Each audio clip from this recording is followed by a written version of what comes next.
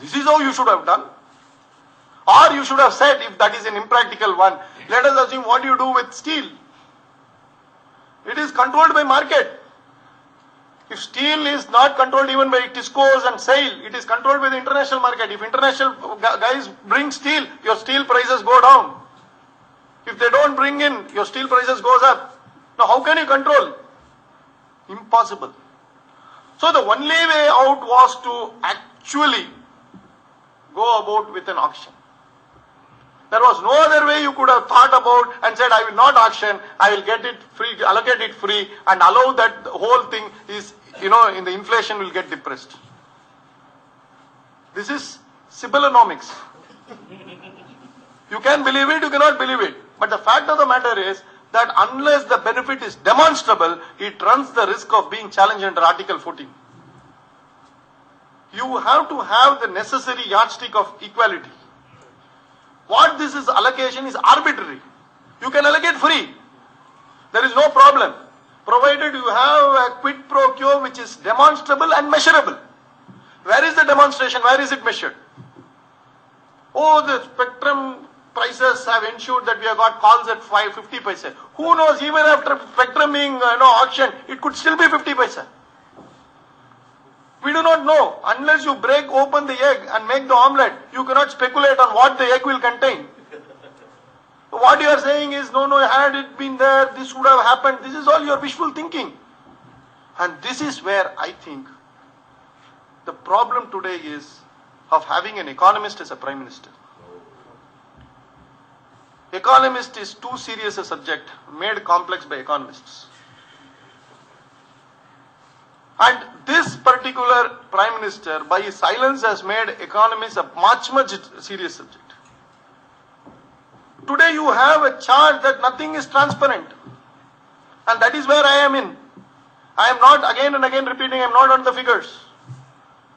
The more important thing is there is no transparency. You do not know why somebody got coal, and this is the reason. And what has happened?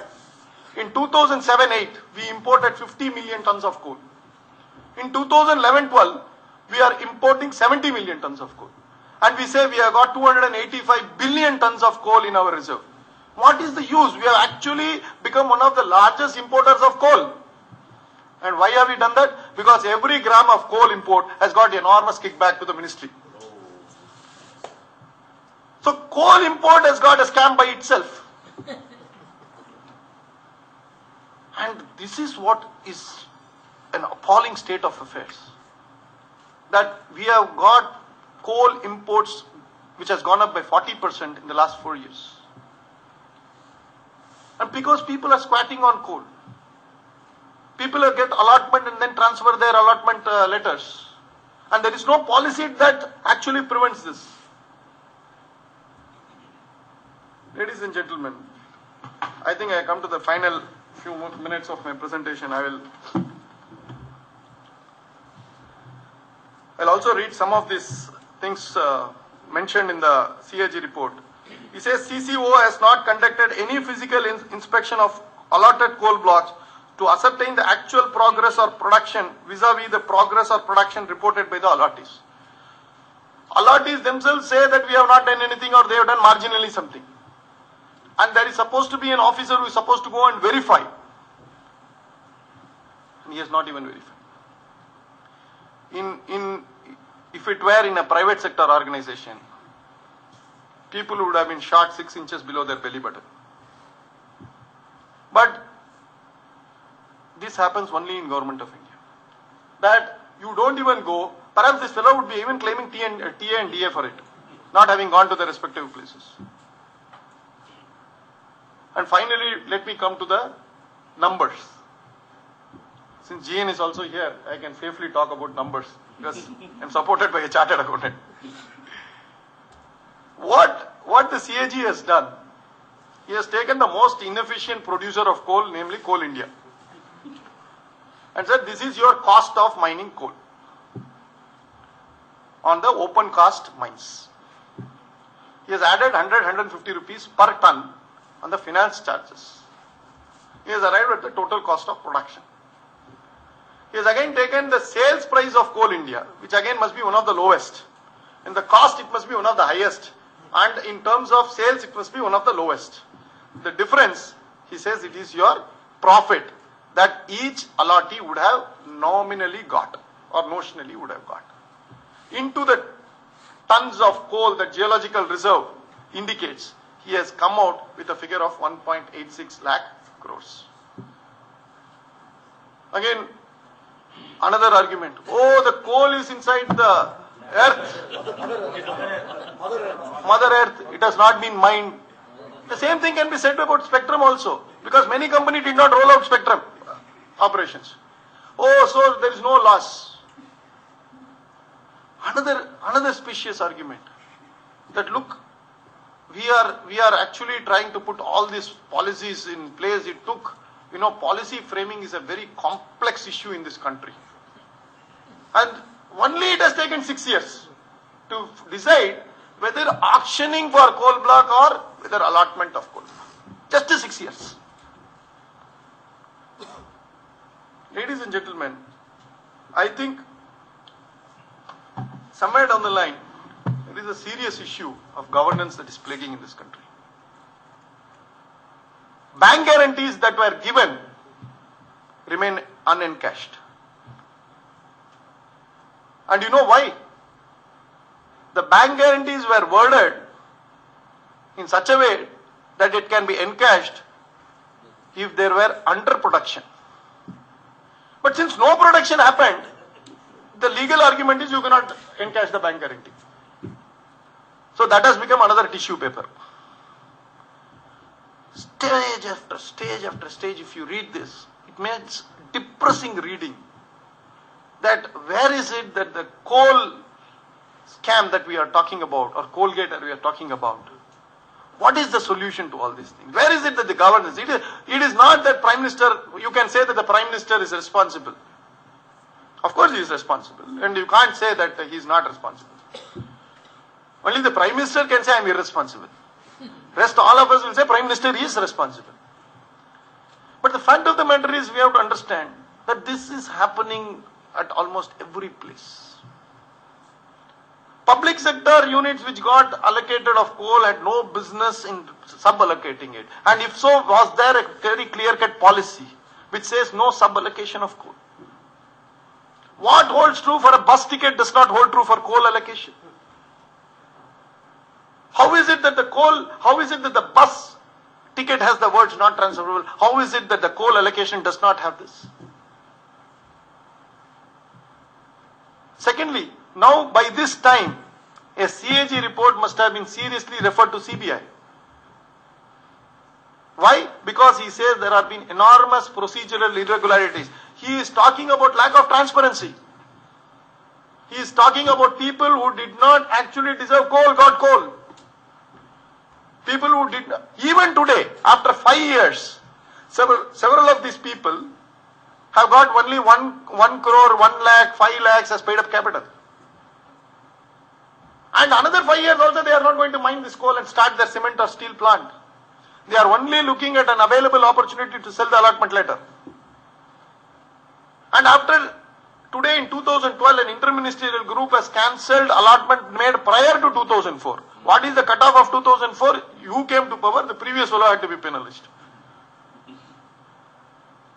And your own policy says that every open cast mine has to be done within 36 months. And in case the open cast mine is in a forest area, it should be 42 months. An underground mine within 48 months. And if it is in a forest area, in 54 months. On the 54th month, on the first day, you should have cut off. But no cut-off takes place because everybody knows it is minister's brother or somebody's son or somebody's father who is running the company. And take those who have actually got coal. 10 years back, you wouldn't know that they were all in the big league of big businessmen. Their case is a classical rag to riches story. In Putin's Russia, there are people who they say oligarchs, who thrive on such allocation of natural resources.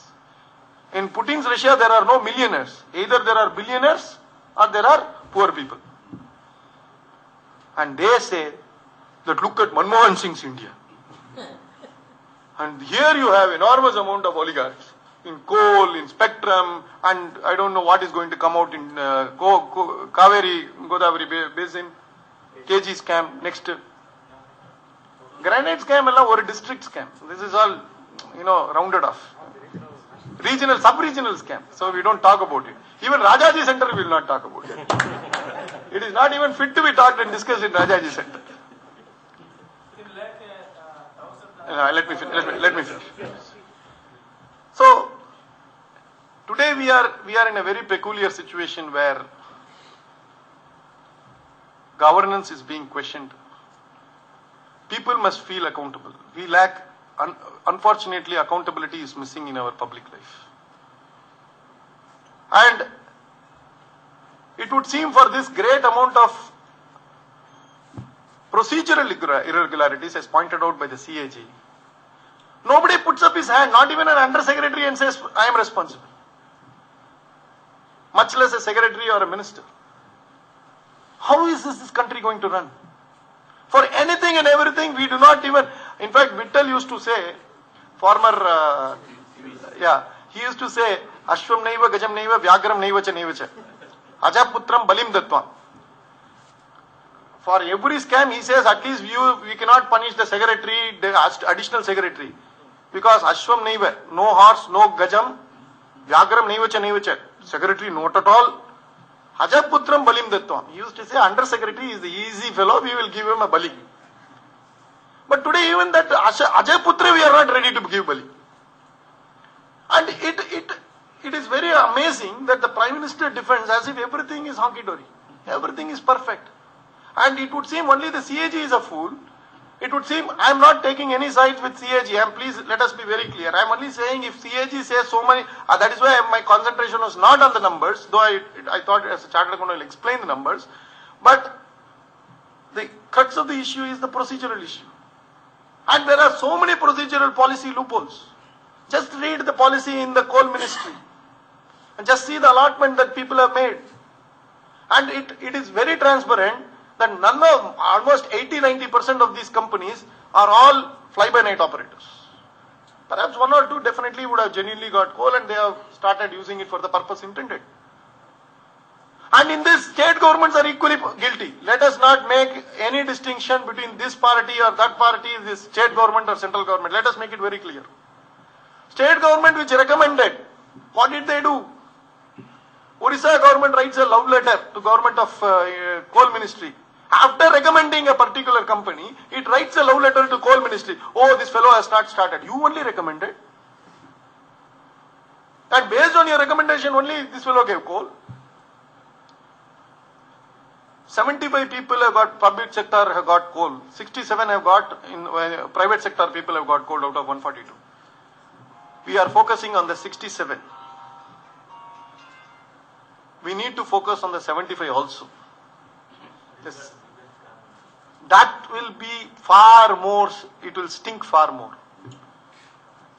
Because that is where the real scam starts. Because that is a scam that has been relegated to the private sector, to the state governments.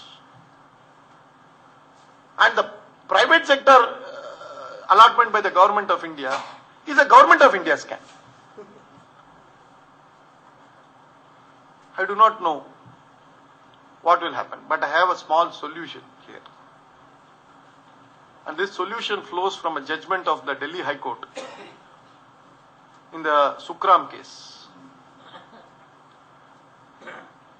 And they have taken an interpretation of the Prevention of Corruption Act to a very brilliant conclusion. Though it is slightly technical, I want this audience to bear with me because we are talking law. The wording of the section is that wherever a public servant causes loss to the government or gain to a third party, it will be deemed to be corruption. Now the argument was whether there has to be a mens rea, meaning a guilty state of mind that need to be proved before you charge somebody of making a loss, willful loss to the government or gain to a third party. Now on this, all of us have a prima facie case that there is a gain to the third party.